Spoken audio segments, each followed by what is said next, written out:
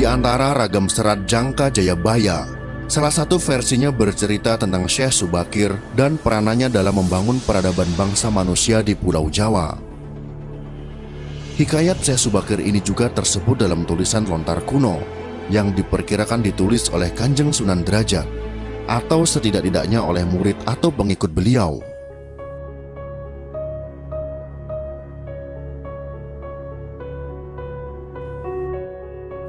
Syekh Subakir adalah seorang ulama besar yang berasal dari Persia. Beliau adalah generasi awal Wali Songo, penyebar Islam di tanah Jawa. Beliau dianggap sebagai orang yang paling berjasa dalam menyebarkan Islam di tanah Jawa ini. Diriwayatkan bahwa proses Islamisasi di Jawa mengalami hambatan disebabkan kuatnya orang Jawa dalam memegang kepercayaan lama. Syekh Subakir datang ke tanah Jawa bersama Wali Songo generasi awal setelah diperintahkan oleh Sultan Muhammad Al-Fatih di Istanbul, Turki.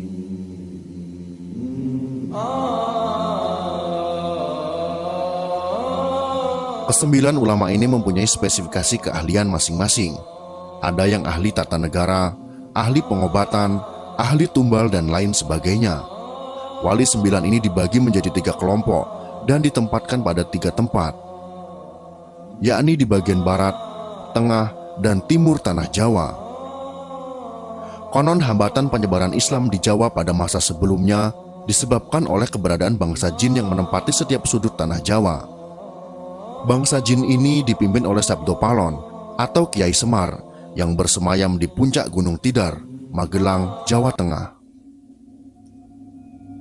Syekh Subakir yang ahli dalam ilmu batin segera melakukan pembersihan dengan menancapkan tumbal yang berupa batu hitam di puncak Gunung Tidar. Seluruh Jawa bergejolak. Seluruh bangsa jin yang menguasai tanah Jawa merasakan kepanasan yang teramat sangat, hingga mereka lari tunggang langgang menyeberang ke lautan atau menepi ke sudut terpencil tanah Jawa. Sebagian jin yang lain ada yang harus mati akibat hawa panas dari tumbal yang dipasang Syekh Subakir. Karena itulah, sampai saat ini, Gunung Tidar dipercaya sebagai pakunya tanah Jawa. Melihat hal tersebut, Sabda Palon yang telah 9.000 tahun bersemayam di puncak Tidar keluar dalam bentuk manusia, berdiri di hadapan Syekh Subakir. Setelah terjadi perdebatan, mereka segera adu kesaktian. Konon pertempuran antara keduanya selama 40 hari dan 40 malam, hingga Sabda Palon merasa kewalahan dan menawarkan gencatan senjata. Sabda Palon mensyaratkan beberapa poin dalam upaya penyebaran Islam di Jawa. Syarat-syarat itu pun disetujui oleh Syekh Subakir. Berikut ini adalah dialog antara Sabda Palon dengan Syekh Subakir yang terjadi di atas Gunung Tidar. Dialog yang terjadi antara Syekh Subakir dan Sabda Palon ini kami sajikan dalam versi imajiner.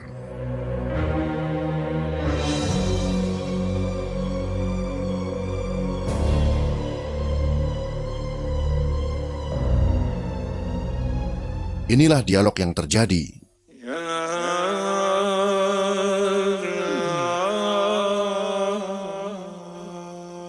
Syekh Subakir berkata, "Kisana, siapakah Kisana ini? Tolong jelaskan." Sabda Palon menjawab, "Aku ini Sabda Palon, pamomong atau pengembala tanah Jawa sejak zaman dahulu kala. Bahkan sejak zaman kedewataan, akulah pemomong para kesatria leluhur. Dulu aku dikenal sebagai Sang Hyang Ismoyo Jati, lalu dikenal sebagai Kilura Semar Bodronoyo, dan sekarang zaman Majapahit ini, namaku dikenal dengan Sabdo Palon." Syekh Subakir berkata lagi, "Berarti Kisanak ini adalah danyang tanah Jawa ini. Perkenalkan Kisanak, namaku adalah Syekh Subakir yang berasal dari tanah Syam, Persia." Sabdo Palon bertanya, "Ada hajat apa gerangan Jengan Diko rawuh di tanah Jawa ini?" Syekh Subakir menjawab, "Saya diutus oleh Sultan Muhammad yang bertahta di negeri Istanbul untuk datang ke tanah Jawa ini. Saya tiadalah datang sendiri, kami datang dengan beberapa kawan yang sama-sama diutus oleh Baginda Sultan." Sabdo Palon berkata lagi, "Ceritakanlah selengkapnya Kisana, supaya aku tahu duduk permasalahannya." Syekh Subakir kembali menjawab, "Baiklah, pada suatu malam Baginda Sultan Muhammad bermimpi menerima wisi. Wisi dari Hyang Akaryo Jagat, Gusti Allah Zat yang Maha Suci lagi Maha Luhur.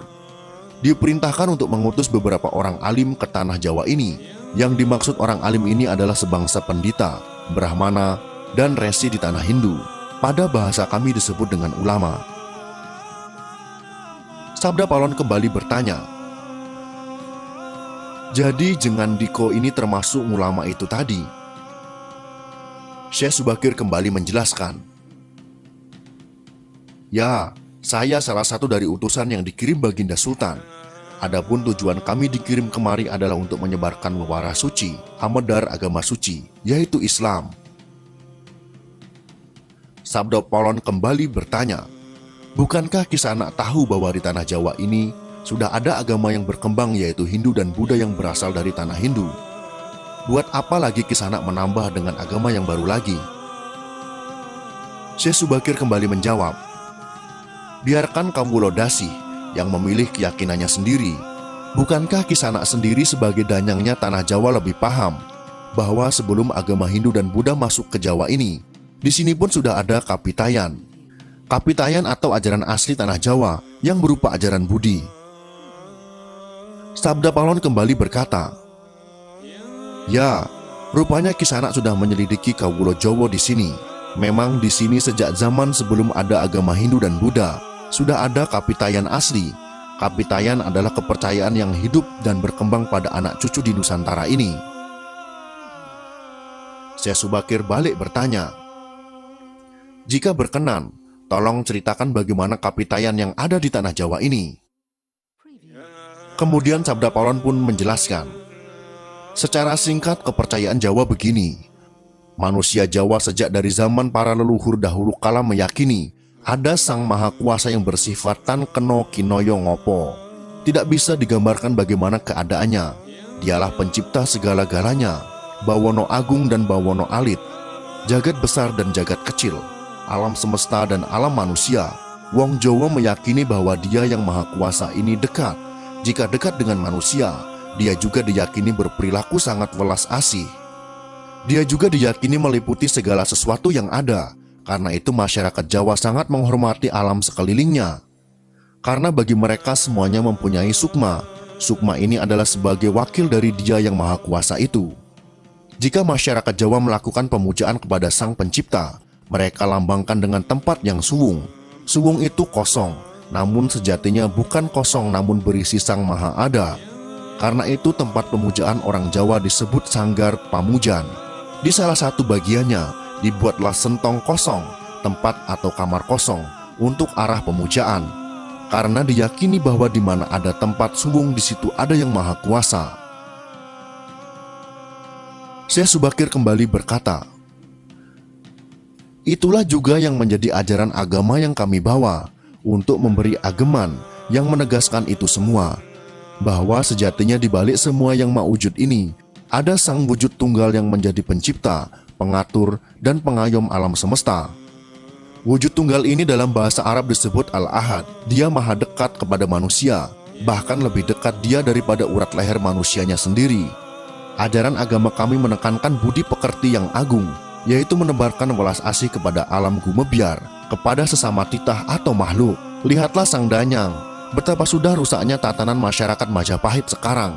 Bekas-bekas perang saudara masih membara, rakyat kelaparan, perampokan dan penindasan ada di mana-mana. Ini harus diperbaharui budi pekertinya." Sabda Palon kembali menjawab, "Aku juga sedih sebenarnya memikirkan rakyatku. Tatanan sudah bubrah. Para pejabat negara sudah lupa akan dharmanya. Mereka saling sikut untuk merebutkan jabatan dan kemewahan duniawi. Para pandito juga sudah tak mampu berbuat banyak. Orang kecil salang tunjang mencari pegangan. Zaman benar-benar zaman edan." Syekh Subakir kembali berkata, "Karena itulah mungkin Sang Maha Jawata Agung menyuruh Sultan Muhammad Turki untuk mengutus kami ke sini. Jadi wahai Sang Danyang Tanah Jawa, izinkanlah kami menebarkan wewara suci ini di wewengkon kekuasaanmu ini." Sabda Palon pun menjawab, "Baiklah jika begitu, tapi dengan syarat-syarat yang harus kalian patuhi. Syekh Subakir pun bertanya, "Apa syaratnya itu, wahai sang danyang tanah Jawa?" Sabda Polon menjelaskan, "Pertama, jangan ada paksaan agama, dharma, atau kepercayaan. Kedua, jika hendak membuat bangunan tempat pemujaan atau ngibadah, buatlah yang bangunan luarnya nampak cakra atau gaya Hindu Jawa, walau isi dalamnya Islam.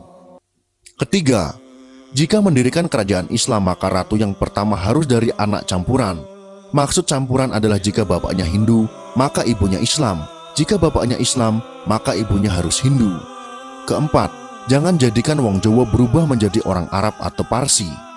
Biarkan mereka tetap menjadi orang Jawa dengan kebudayaan Jawa, walau agamanya Islam. Karena agama setahu saya adalah dharma, yaitu lelaku hidup atau budi pekerti. Hati-hati jika sampai orang Jawa hilang Jawanya, hilang kepribadiannya, hilang budi pekertinya yang adiluhung, maka aku akan datang lagi. Ingat itu, 500 tahun lagi jika syarat-syarat ini kau abaikan, aku akan muncul membuat goro-goro."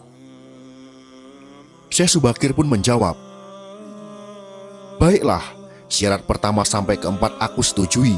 Namun khusus syarat keempat, betapapun aku dengan kawan-kawan akan tetap menghormati dan melestarikan budaya Jawa yang adiluhung ini. Namun jika suatu saat kelak karena perkembangan zaman dan ada perubahan, maka tentu itu bukan dalam kekuasaanku lagi. Biarlah Gusti Kang Akaryo Jagat yang menentukannya."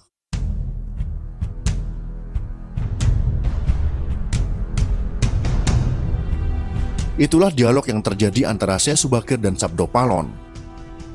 Video ini jangan kita telan mentah-mentah, akan tetapi ada hikmah dan pesan yang dapat kita ambil dari dialog tersebut, bahwa penyebaran agama Islam tidak pernah dilakukan dengan paksaan di tanah Jawa, serta tidak membuang adat dan kebudayaan yang telah ada dan dijalankan oleh masyarakat Jawa, asal tidak bertentangan dengan agama. Mungkin karena dialog ini, para ulama menyebarkan agama Islam dengan kearifan lokal, sehingga agama Islam dapat diterima oleh mayoritas masyarakat Jawa.